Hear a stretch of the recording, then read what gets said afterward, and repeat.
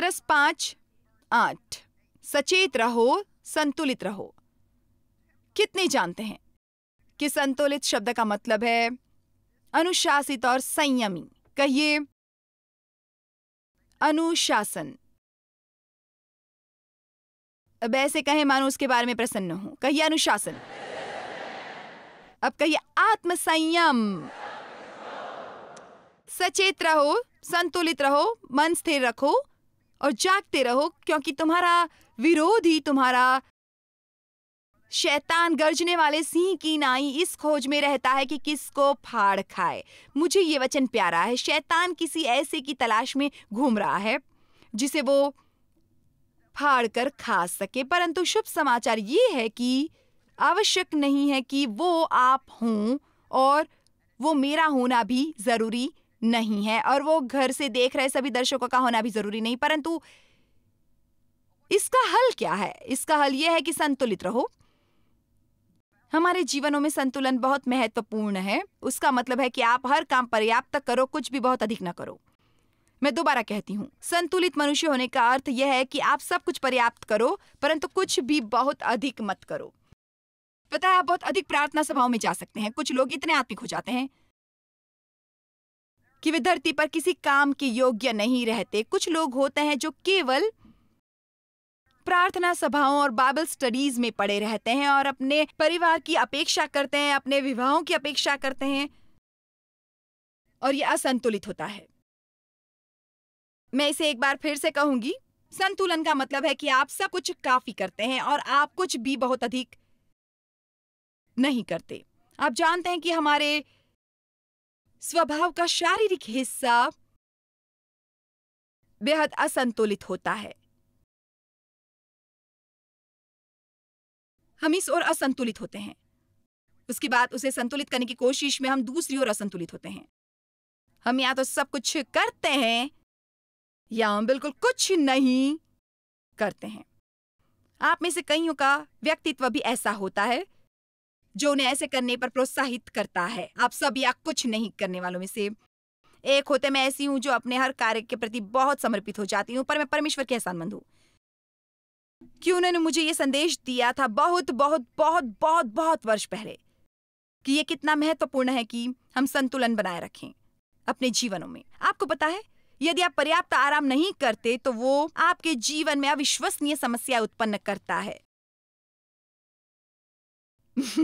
ये साधारण सी बात है जिसके कारण हमें बहुत समस्याएं होती हैं और हम शैतान पर दोष लगाते हैं। हम मनोवैज्ञानिकों के पास जाते हैं, दवाओं पर बहुत से पैसे खर्च करते हैं, जब हमें रात को केवल सोने की जरूरत होती है।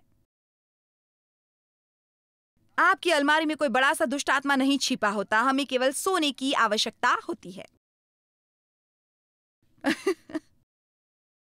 परंतु दूसरी ओर कुछ लोग होते हैं जो बहुत सोते हैं, उन्हें बिस्तर से निकलने की जरूरत है। हालेलुया। इसलिए सचेत रहो, संतुलित रहो, क्योंकि तुम्हारा विरोधी शैतान गर्जने वाले सिंह की नाई इस खोज में रहता है कि किसे फाड़ खाए। केवल एक तरीका है जिससे हम अपने जीवनों में संतुलन ला सकते हैं, वो है ये समझकर कि अनुशासन और आत्मसंयम कितने मूल्यवान हैं, जो हर विश्वासी के पास होते हैं।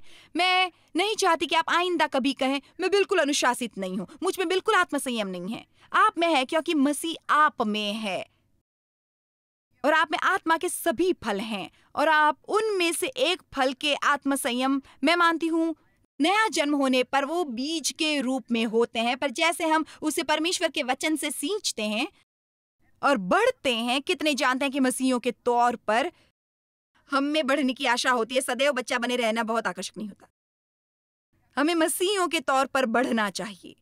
मैं आपकी सराहना करूंगी कि आप समय निकालकर यहाँ आए, क्योंकि ये बताता है कि आप एक सचमुच गंभीर व्यक्ति हैं जो अपने जीवन में परमेश्वर के अनुसार चलना चाहते हैं। सामान्य लोग किसी शुक्रवार की सुबह को इस तरह की सभा में नहीं आते, बशर्ते वे परमेश्वर के साथ अपनी चाल के बारे में गंभीर नहीं होते। संभव है कोई आपको यहाँ खींच कर लाया हो और आप असल में आना नहीं चाहते, परंतु आप जैसे भी आए हो, आप यहाँ आए और परमेश्वर आपके जीवन में कुछ करेंगे।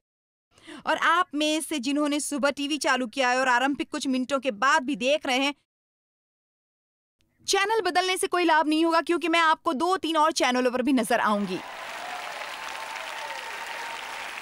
सुबह के वक्त मुझसे बच निकलना बहुत कठिन होता है। परमेश्वर आपका जीवन बदलना चाहते हैं और वे ये करने वाले हैं परमेश्वर के वचन द्वारा।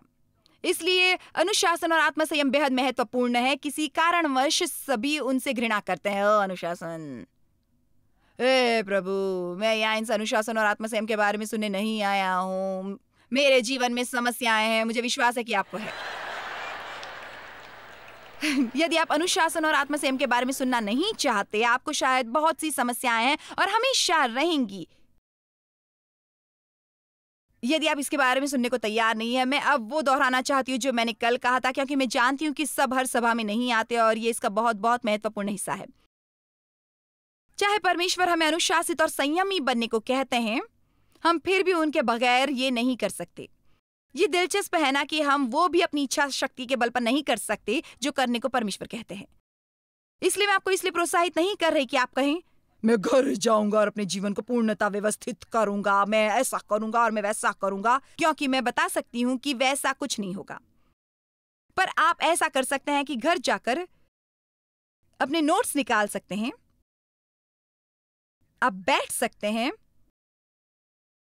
रविवार या सोमवार की सुबह और मंगलवार, बुधवार, गुरुवार की या जितनी भी सुबह लगे, जब तक आप समझ नहीं लेते, आप अपने नोट्स को पढ़ें और अनुशासन और संयम पर मिलने वाले हर संभव वचन को पढ़ें और अपने जीवन के कुछ पक्षों के बारे में लिख सकते हैं जहां आपको अनुभव हो कि आपको प्रगति की जरूरत है। उसके बाद आप उसके बारे में प्रार्थना करना आरंभ करें और कहें, परमेश्वर, मैं सहमत हूं कि मेरे जीवन में ऐसे पक्ष हैं जो असंतुलित हैं और मैं बदलना चाहता हूं, पर मैं इसी वक्त कहना चाहती हूं, आरंभ में ही कहना चाहती हूं कि आपके बगैर नहीं कर सकता। मैं सचमुच दिल से मानती हूं कि ये एक चीज है जिसकी मसीह कलीसिया के लोग अपेक्षा करते हैं।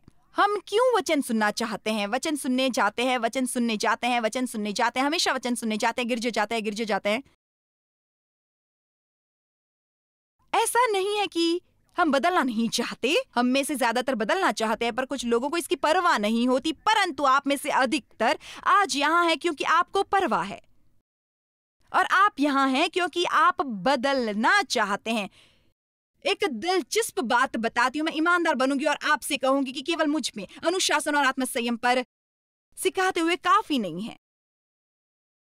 वो पहली का हिस्सा है, परंतु आप मुख्य हिस्से की अपेक्षा नहीं कर सकते, जो है पवित्र आत्मा। मैंने बहुत से संदेश सुने थे और बहुत सी सभाओं में गई थी, मैंने प्रार्थना की और मैं रोई थी और मैंने दुष्ट आत्माओं को फटकारा था, और हाँ, मैं थोड़ी प्रगति कर रही थी, परंतु मेरे जीवन में अभी भी बहुत समस्याएं थी। जब मैंने जाना कि उसके बगैर मैं कुछ नहीं कर सकती थी, इसलिए मैंने नियमित रूप से आरंभ किया परमेश्वर के साथ उत्तम समय गुजारना हर सुबह, हर सुबह। मुझे खुशी है कि आप यहाँ हैं, पर मैं ये पसंद करूंगी कि आप परमेश्वर के साथ व्यक्तिगत समय बिताएं। यदि आपको चुनाव करना पड़े यहाँ आने और परमेश्वर के साथ व्यक्तिगत समय बिताने का, आप वो करें। मेरे टीवी प्रोग्राम को अपना परमेश्वर के साथ समय न समझें। मैं अपने दर्शक नहीं खोना चाहती, मैं बताना चाहती हूं कि आपको शिक्षा की जरूरत है, परंतु उसके बाद आपको परमेश्वर के पास जाना चाहिए। आपके प्रचारक, आपके पादरी, वे सब परमेश्वर नहीं हैं। उनसे विश्वास प्राप्त न करें, अपना विश्वास कायम करें, परमेश्वर के साथ अपना संबंध बनाएं। मेरे पादरी कहते हैं, मेरी माँ कहती है, जॉयस ये कहती हैं, मुझे खुशी है कि आपको पता है कि मैं क्या कहती हूं, पर क्या वो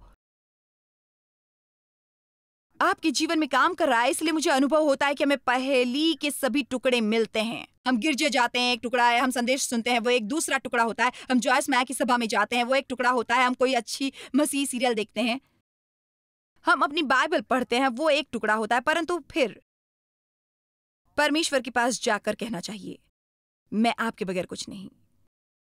परमेश्वर की प्रतीक्षा करना सीखें कैसे उनकी उपस्थिति में प्रवेश करना और वहीं बने रहना है, चाहे आपको 30 सेकंड के साथ आरंभ करना पड़े।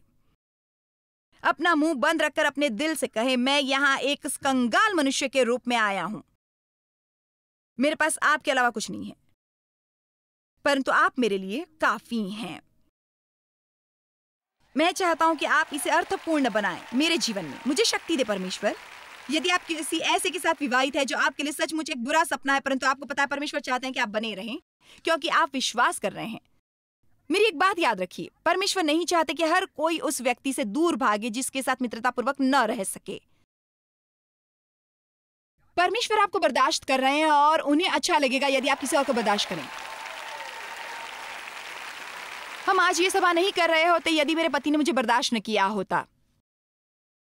आपको जीवन में हर समय उस चीज से भागने को मिलता है जो कठिन होती है। वो अनुशासित जीवन का एक हिस्सा है। कई बार हमें वहां बने रहना पड़ता है जहां हम नहीं रहना चाहते, चाहे हमें वहां असुविधा होती है। उसके अलावा दूसरी ओर कई बार आपकी कुछ लोगों से दूर रहने की इच्छा होती है जो आपके मित्र होते हैं, और आप कई बार उनके परिवार वाले भी जो आपके आत्मा में जहर घोलते हैं। कई बार आपको दफ्तर में भोजन की मेज पर बैठे निरर्थक बातें करने वालों से दूर रहना पड़ता है। जैसा कि बाइबल में कहा, यदि तुम्हारी आंख परेशान करे उसे खींच निकालो, यदि तुम्हारा हाथ परेशान करे उसे काट डालो, यदि खाने की मेज ठेस पहुंचाए उससे दूर रहो। चलिए भी मैं ये कहना चाहती हूं कि मुझे शायद हर सभा में ऐसा करना पड़ेगा, पर मुझे परवाह नहीं है। मैं आपकी मदद नहीं कर सकूंगी यदि आप ये सोचते हुए जाएंगे परमेश्वर की महिमा हो, मैं अब अपनी समस्या जान गया हूं, मैं एक अनुशासित मनुष्य बनने वाला हूं, परिवार के लिए 25 नए नियम बनाने वाला हूं, हम 8 बजे ये करेंगे, 9 बजे ये करेंगे, 10 बजे ये करेंगे। ये केवल 2 दिनों तक चलेगा, क्योंकि शरीर बहुत ही जल्दी जोश में आ जाता है और फिर निराश हो जाता है। हाल ही में मैं अपनी एक सभा में वैसी एक फुलझड़ी लाई थी जैसी हम त्योहारों में जलाते हैं, और मैंने कहा था ये शरीर है।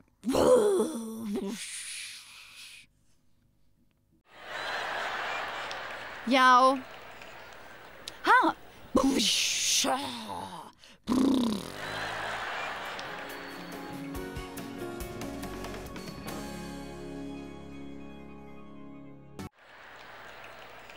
ये मेरा फुलझड़ी का इंसानी रूप है।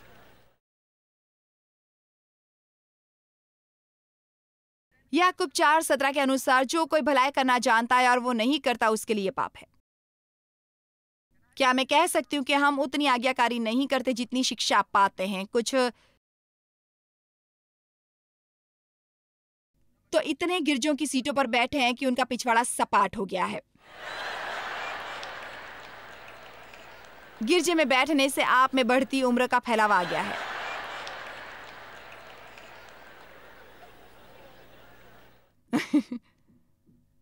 और आप अभी भी बैठते हैं दिल में क्षमा न करके, कड़वाहट, नाराजगी के साथ। आप किसी से क्रोधित होते हैं, आप गिरजे में भी उसके साथ आते हैं जिससे क्रोधित होते हैं। आप गिरजे में बैठकर कहते हैं हालेलुया, प्रभु की स्तुति हो, धन्यवाद यीशु, गाते हैं मैं समर्पण करता हूं। मैं डेव के साथ गिरजे में बैठती थी, बस स्क्रीन पर लगे शब्द बोलते हुए सोचती थी यदि डेव सोचते हैं कि मैं आज उनके लिए खाना बनाऊंगी तो यह उनकी गलतफहमी है।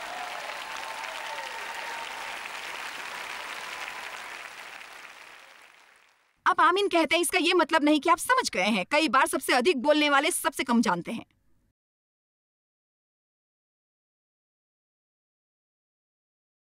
हम कितनी बार और कुछ सुनेंगे तब जाकर उस पर अमल करना सीखेंगे। मैं जानता हूं मुझे ये करना चाहिए, परंतु मुझे पता है मुझे ये नहीं करना चाहिए, परंतु देखिए, वो परमेश्वर आपसे बात कर रहा है। आपका दिल आपसे कह रहा होता है मुझे पता है मुझे क्या करना चाहिए, मुझे पता है मुझे वो नहीं करना चाहिए। उसके बाद आपका शरीर उत्साह में आता है, पर मैं फिर भी वो करने वाला हूं। आशा करती हूं मुझे कोई दंड नहीं मिलेगा। क्या मैं आपसे कुछ कहूं आपको दंड मिलेगा? केवल इतना ही नहीं, आपको हमेशा दंड मिलता ही है।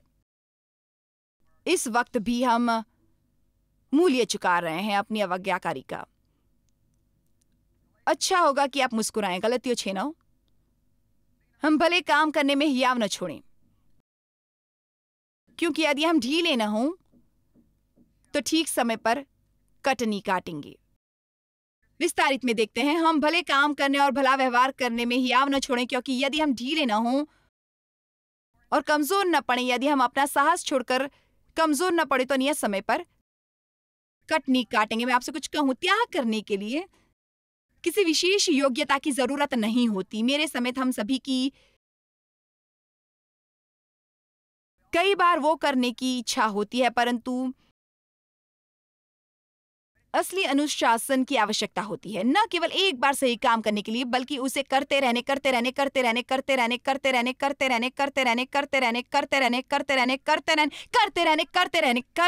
लिए, जब तक कि आप कामयाब नहीं हो जाते। एक बार सही काम करना कठिन नहीं होता। आपके लिए कठिन नहीं होता साधनों की मेज तक जाकर उनमें से कई चीजें खरीदकर उन्हें घर ले जाकर अलमारी में सजा देना और सोचना कि ये ऐसे आत्मिक दिखते हैं।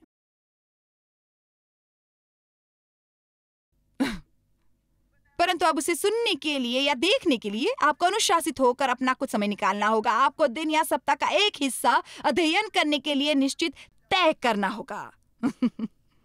अध्ययन द्वारा दिखाओ कि तुम स्वीकृत हो। एक आखिरी काम में शर्म नहीं करनी चाहिए। लोग केवल इसलिए परमेश्वर के साथ समय नहीं बिताते क्योंकि वे अपने को उसके लिए अनुशासित नहीं करते, किसी अन्य कारण नहीं। मैं आज आपको हर काम के लिए बहाने बनाने बंद करने के लिए प्रोत्साहित करूंगी।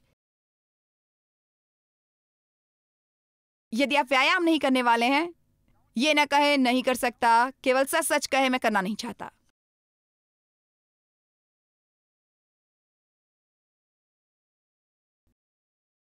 मेरे लिए यह कठिन मत बनाइए।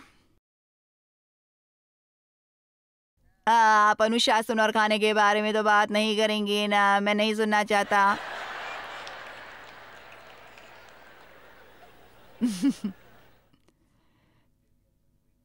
मेरा उस पर वश नहीं चलता। जब मैं एक चॉकलेट देखता हूं तो मुझे दर्जन खाने की इच्छा होती है। ये जरूरी नहीं, बिल्कुल नहीं। आपको कहना चाहिए मैं चॉकलेट खाऊंगा यदि मुझे खानी होंगी, और यदि मुझे नहीं खानी तो नहीं खाऊंगा, तो मैं वो नहीं खाऊंगा, क्योंकि मुझ में अनुशासन और आत्मसंयम है।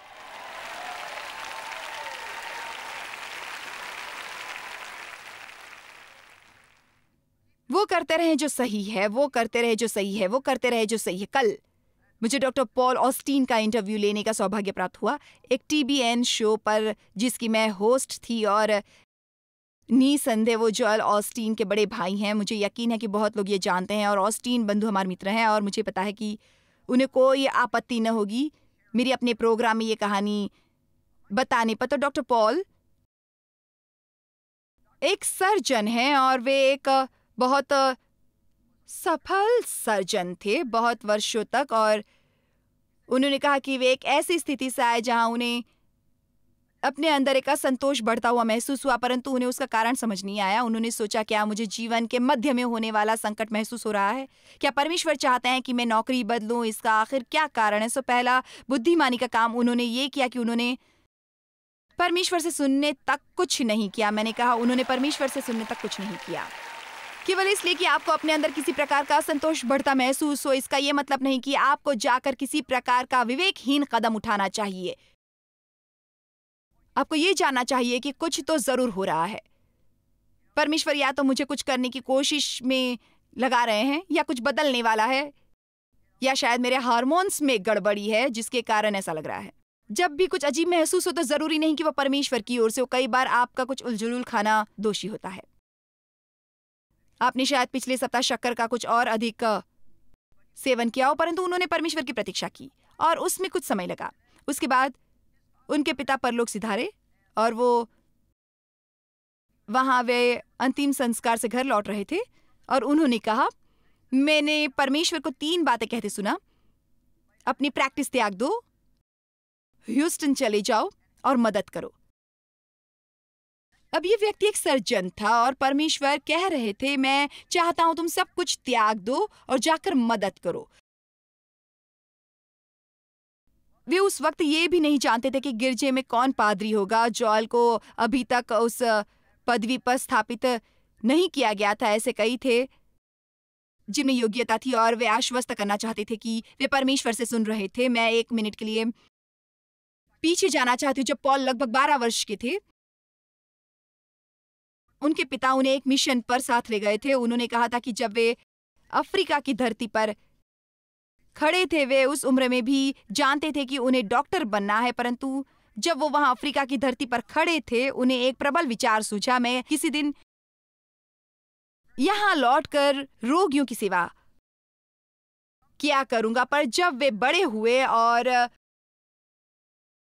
उन्होंने पढ़ाई पूरी की तो कहीं और प्रैक्टिस आरंभ की और अब परमेश्वर उन्हें वो सब त्यागने को कह रहे थे। सो उन्होंने अपने सभी मेडिकल मिशंस को भुला दिया और वे वहां एक गिरजे में सहायक के तौर पर काम करने लगे और उन्होंने कहा कि वे उसका 18% काम कर रहे थे जितना वे एक सर्जन के तौर पर कमा रहे थे। मैं अब आपको कुछ बताना चाहती हूँ, ऐसे बहुत कम लोग होंगे इस पूरी दुनिया में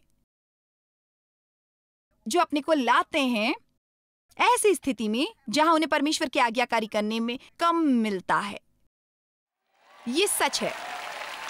बहुत कम लोग होंगे जो किसी अद्भुत काम को छोड़कर कुछ ऐसा करते हैं जो इतना बढ़िया नहीं होता, क्योंकि वे जानते हैं कि किसी अन्य चीज से अधिक उन्हें परमेश्वर के साथ शांति की जरूरत है और उन्हें वैसा करने के लिए अनुशासन और आत्मसंयम की जरूरत पड़ी होगी, क्योंकि उनका शरीर बिल्कुल ऐसा नहीं करना चाहता होगा। हमें अपने दिमाग द्वारा नहीं, दिल द्वारा जीना सीखना है। यदि हम अपने दिल के अनुसार जिएंगे तब हमें लंबे समय के लिए संतोष होगा, परंतु यदि हम अपने दिमाग के अनुसार जिएंगे, वो करेंगे जो सोचते हैं, जो चाहते हैं और अनुभव करते हैं, तब हम कभी स्थायी रूप से संतुष्ट नहीं होंगे। इसलिए वो वर्षों तक, सब लोग कहिए 6 वर्ष, 6 वर्षों तक वे वहीं रुके रहे मदद करने के लिए। एक दिन नहीं, एक सप्ताह नहीं, हम भलाई करते हुए थकने की बात कर रहे हैं। ये मत सोचिए कि एक बार वो करके जो सही है आप अपने जीवन की समस्याओं से मुक्त हो जाएंगे। आपको अपने को अनुशासित करना होगा वो करते रहने के लिए, करते रहने के लिए, करते रहने के लिए, करते रहने के लिए, करते रहने के लिए, करते रहने के लिए, करते रहने के लिए, करते रहने के लिए, जब तक आपको ऐसा ना महसूस हो कि आप अपने बाल नोचना और चिल्लाना चाहते हैं। उसके बाद आपको उत्साह ठंडा करना होगा। अगले दिन फिर उठकर आप वो करते रहे, करते रहे, करते रहे, करते रहे, करते रहे।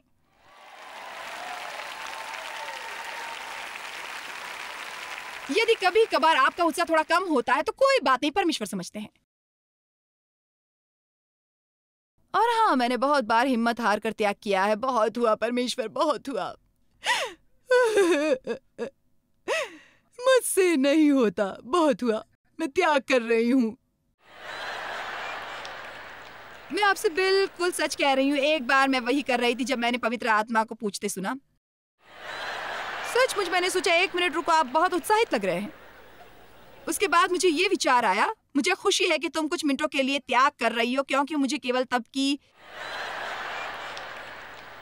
काम करने की इच्छा मिलती है, क्योंकि मैं शरीर को कामों में पड़कर ऐसे कोई काम करने की कोशिश नहीं कर रही। जब आप अपने को अनुशासित करते हैं वो करने के लिए जो आप जानते हैं परमेश्वर आपसे करवाना चाहते हैं, वो 6 वर्षों तक उसी स्थिति में रहे। उसके बाद किसी ने उन्हें किसी काम के लिए लंदन जाने को कहा, उसके बाद किसी और ने उन्हें किसी काम के लिए अफ्रीका जाने को कहा। और डॉक्टर पॉल को यात्रा करने की आदत नहीं थी, पर उन्होंने सोचा मुझे लग रहा है कि परमेश्वर मुझसे ये कह रहे हैं। वे अफ्रीका पहुंचे, वहां कुछ ऑपरेशनों में मदद की और अब वे ऐसी स्थिति में है जहां वे हर वर्ष में 6 महीने अफ्रीका में मेडिकल मिशन करके बिताते हैं। तो यहाँ परमेश्वर ने उनसे बात की थी जब वे 12 वर्ष के थे। मैं चाहती हूँ कि आज किसी को इससे मदद मिले। परमेश्वर ने उनसे बात की थी जब वो 12 के थे। उन्होंने पढ़ाई की, एक सर्जन बने, बहुत सफल हुए, वे वर्षों तक वो करते रहे। दुनिया ने जिसे डिमोशन समझा था परमेश्वर के राज्य में, दरअसल वो एक पदोन्नति थी। क्या आप मेरे साथ सहमत हैं? परंतु अपने विचारों में वो पदोन्नति महसूस करते हैं और उन्हें वहां 6 वर्षों तक रुकना पड़ा। 1 दिन, 1 सप्ताह, 1 महीना नहीं, 6 वर्ष तक। 6 वर्ष, 665 गुना 6 दिन। उसके बाद अचानक उपलब्धि मिली।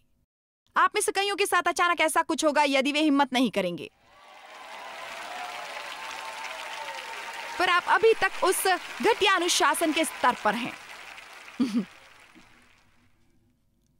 आप अभी भी उस स्थान पर हैं जहां आप सोचते हैं परमेश्वर मुझे और कितने समय तक ये करना होगा। कब परमेश्वर? कब परमेश्वर? कब? क्यों परमेश्वर, क्यों? मैंने वर्षों पहले डेव से पूछा था, हम अपनी सेवकाई में कब ऐसी स्थिति में आएंगी जहां हमें हमेशा कुछ परेशान न कर रहा होगा? कब आएंगी, कब? और उन्होंने अपने लाजवाब अंदाज में मेरी ओर देखकर कहा था, कभी नहीं।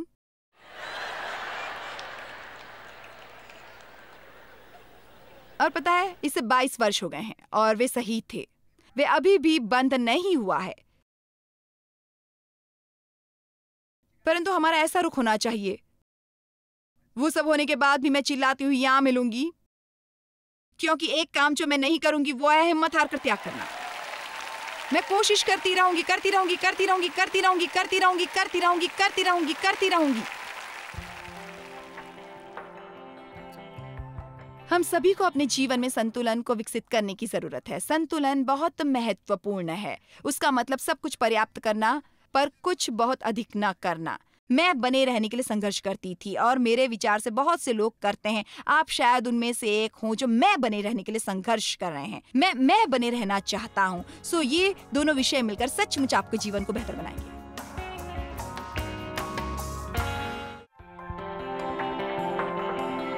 जॉय स्माइल मिनिस्ट्रीज में आप हमारे लिए कितने अहम हैं, इसका आपको अंदाजा नहीं। हम आपके आभारी हैं और हम धन्यवाद करते हैं अपने सब मित्रों और सहयोगियों का कि उन्होंने इस विश्वव्यापी सेवकाई को संभव बनाया। मिलकर हम भूखों को खिला रहे हैं, गरीबों को पहना रहे हैं और कई देशों में सुसमाचार पहुंचा रहे हैं। कृपया हमसे संपर्क करें या विजिट करें jmmindia.org पर। आज ही अपनी प्रार्थना के अनुरोध बताने के लिए, हमारे साधनों के बारे में और जानकारी और जॉयस की सभाओं का शेड्यूल जानने के लिए और हमारे सहयोगी बन जाएं दुनिया भर में मसीह का प्रेम बांटने के लिए।